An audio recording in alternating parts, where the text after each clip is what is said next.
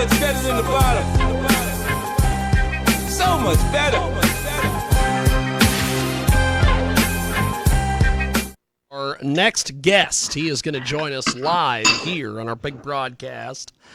And if you want to get a hold of us online, you can do so at JIGGYJAGUAR.com. And, of course, the Sunday radio broadcast kicks off. We've got our next guest with us today, and we go to the old Skype-a-rooney. And Peter joins us. Peter, how are you, sir? I'm well. Good morning. Good morning from Arizona, at least. You are fantastic, my friend. Thank you. You are making it happen, and thanks for coming on the big broadcast. I'm excited to be here. I appreciate you taking the time to talk. So, tell me a little bit about your latest project, my friend. So, we're in Chandler, Arizona. I work with a Jiu Jitsu professor called Professor Lucas Hubo. We've been working together about 2 years as a student to professor relationship. And in that time, it has been obvious to me that people who start jiu-jitsu love it, and it changes their life. And so we wanted to encourage people to begin their jiu-jitsu journey. That's so we awesome. created a podcast called the Jiu-Jitsu Mindset. And every week we talk about why you should take the leap to try jiu-jitsu. And then for those who are in it, an extraordinary amount of people give up on it before they really get the benefit of the experience. So we encourage those folks who might be just a couple of months in to not quit and to stay until you have a really, a vocabulary of movement that makes every day a lot of fun. Because jiu-jitsu takes a while to learn, and it's not intuitive to many people. So it becomes intimidating for folks, and they give up before they really have a chance to enjoy it. So the podcast has two intentions. If you haven't tried jiu-jitsu, we want you to give it a shot. And intention number two, if you have tried it, to don't give up very quickly. You know, that is one thing. When I started doing jiu-jitsu years and years ago, that was one of the things that I noticed was that it is hard, and people give up fairly easily. It's hard, right? It's unfamiliar. Yes. Why is it because of that is the reason why more people don't do jiu-jitsu? Is that kind of the deal, or? Yeah, so we have a debt to the UFC, right? The jiu-jitsu community has a debt to the UFC because the UFC has brought it into people's awareness and consciousness in ways that it never had been before. Yeah.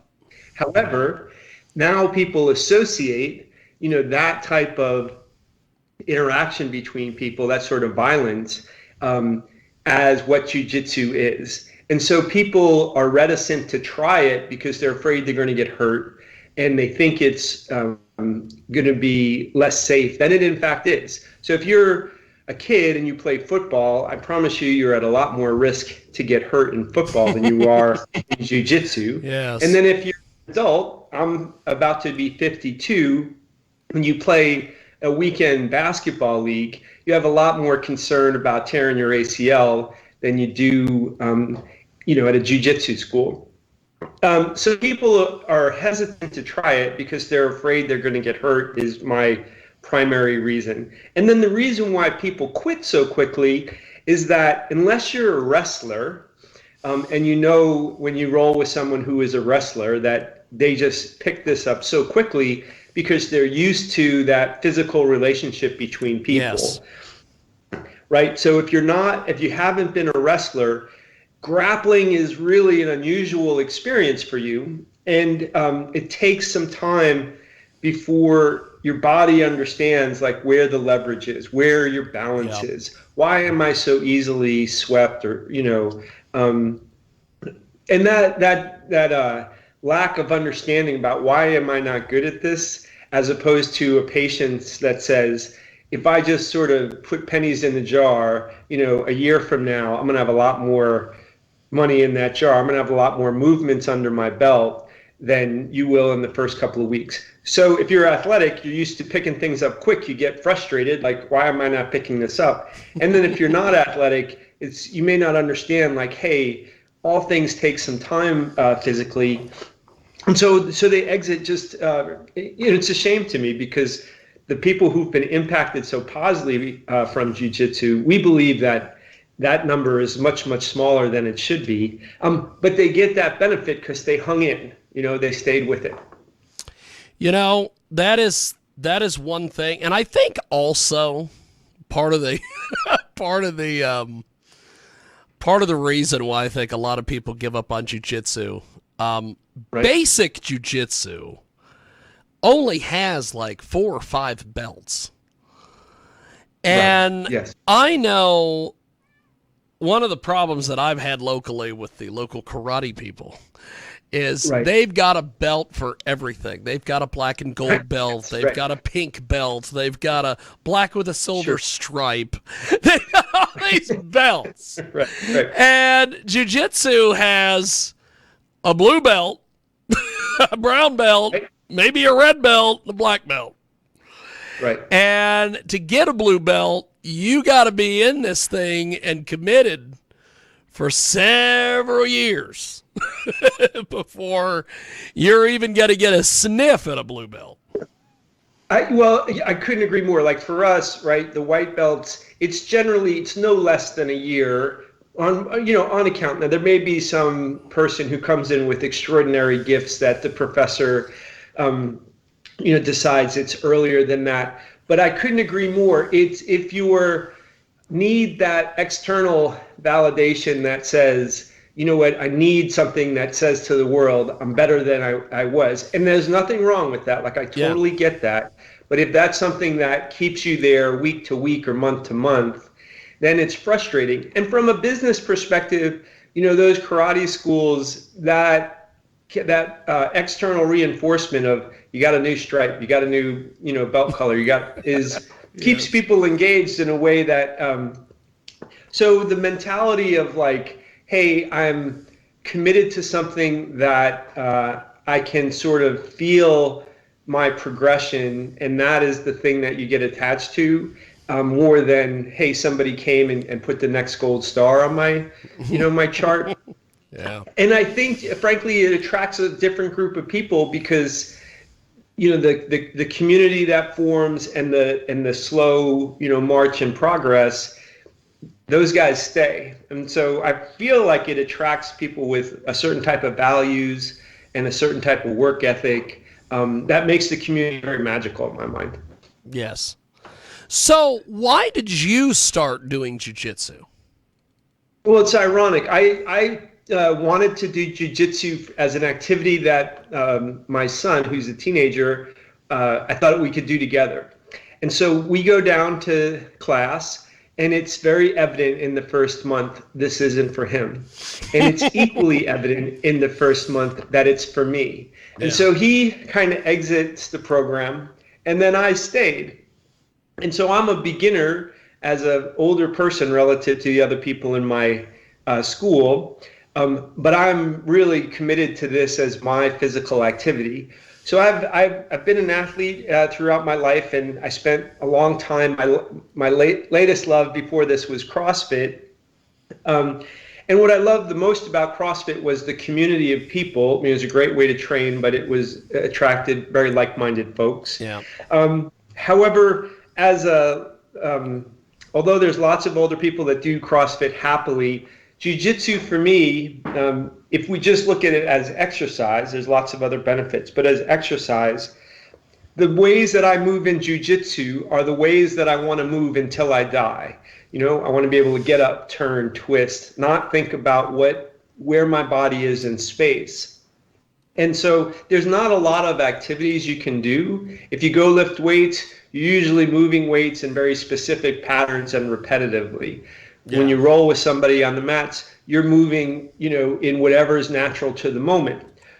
So at night, when I'm 95 and I'm picking up grandchildren, I don't want to be thinking, oh, I got to go slowly down, are my knees going to make it? I just want to move. I want to pick the kid up and go. I Yep. carry my groceries up the stairs. I don't want to think, oh, I got to think about it. Can I twist or can I twist? So as exercise, it matched up with me for my long-term goals very, very well. And then the group of people that I mentioned that really seem to want to do this over long term, we're just, you kind of come into some communities and you're like, these are my people. And the jiu-jitsu folks were, in fact, my people, are, in fact, my people. That's awesome. Well, one of the things that I've noticed with jiu-jitsu especially is there's a lot of people that think that it's terribly hard and, oh my God, am I ever going to get this? And then before you know it, they're doing all sorts of other things. Right. One of the, which I just found this out this morning, which is amazing. I some of the people that I know is just just insane. But we go out to Las Vegas every year for the Adult Video Convention, the Porn Awards. Okay. And a few years ago, we interviewed this chick, and she was like a rock and roll. You could tell she was a porn star. And her name is Karma RX. Now, Karma eventually moves to Tennessee. She takes up jiu-jitsu, and she's just screwing around with jiu-jitsu. Right. Well, last night, she had her very first professional grappling match on pay-per-view. So it doesn't take long once you get rolling to be able to do all these things. The remedy to it being difficult is to have the right school.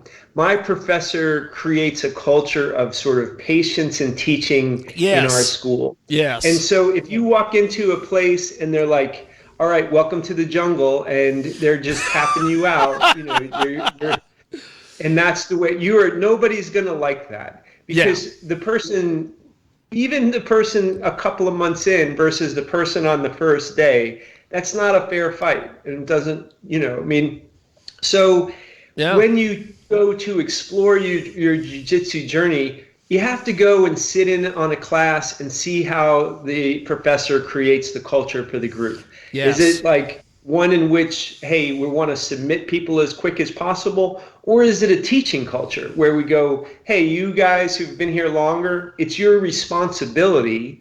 It's, we're not paying you as teachers. However, the culture of our school, of our gym, is that you're obligated to teach the younger folks or the less experienced folks. And in that instruction, you will get better at your own technique, because often if you teach something, you actually are a better practitioner of it. Yes. So the idea that it's hard, I would not say to somebody, okay, it's just going to be a piece of cake. It's not. However, you can learn it. It's not hard that you'll never learn it. It's hard from the standpoint is you're going to have a great sense of accomplishment. Yes. As every time you're like that. And the difference between a professional grappler and an amateur grappler, or very beginning, generally isn't that the professional knows 100 different techniques. They know probably 5 techniques that they can do awesome. Like that's their game. Yes. They groove in things that you learn at the beginning, but they can execute them better than the beginners. So as the professor Hubo would say, jiu-jitsu is a book that every time you think you're coming to the end of having learned anything, there's 100 more chapters that get written immediately. So as a lifelong learner, right, you can be in jiu-jitsu your whole life and still be learning new things. But as just enjoying it and getting good and competent, you're going to learn things in your first 6 months that you will always practice. Yes. You will always be working on those moves.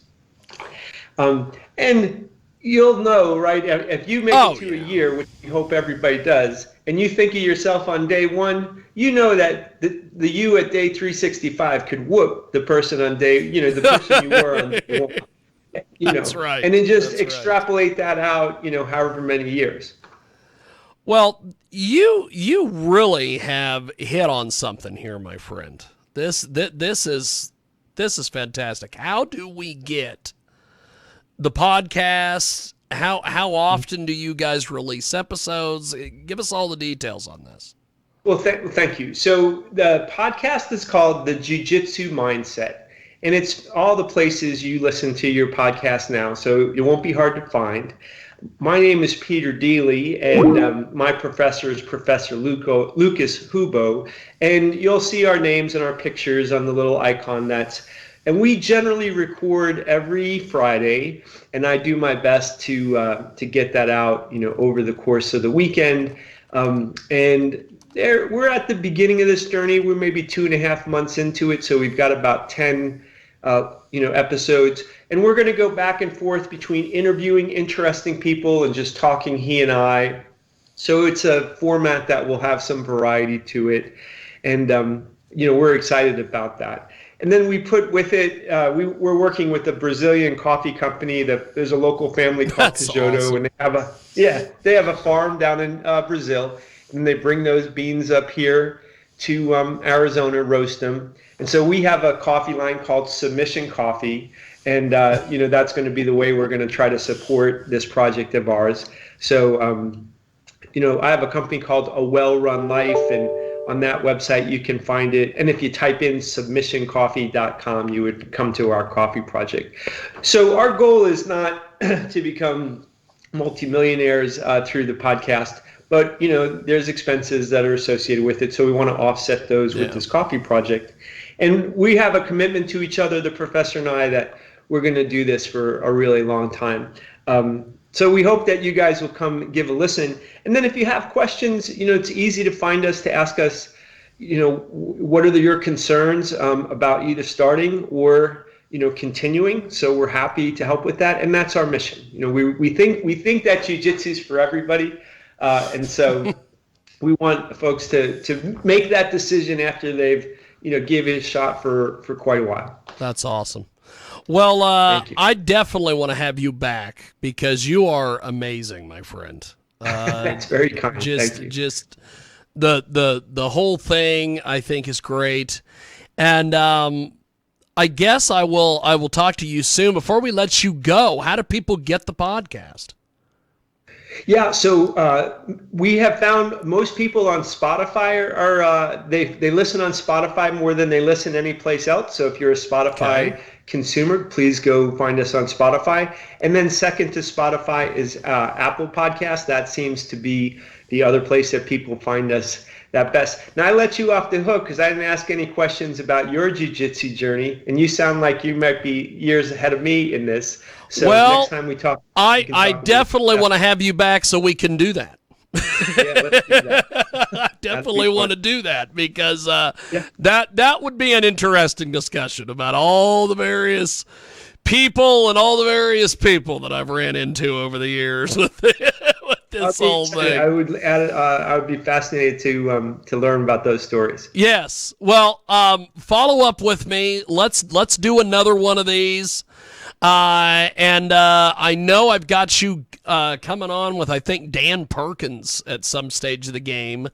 But thanks for doing this, brother, and follow up with me, and let's do another one here in a couple weeks. Oh, that sounds awesome. Thank you very much. All right, brother. Well, I will talk to you soon. Have yourself a wonderful day. You too. Thank you, brother. There he goes, the fantastic Peter Deely. He is just amazing. Good guy.